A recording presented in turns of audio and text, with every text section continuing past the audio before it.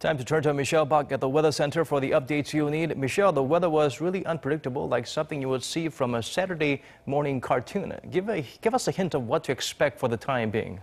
Well, Daniel, the weather was all over the place today, like you said. At one point, we even had hail with thunder and lightning.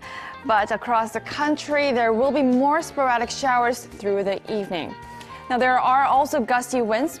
Currently, strong wind advisory is also in effect over in the south, and it's expected to stay windy until tomorrow.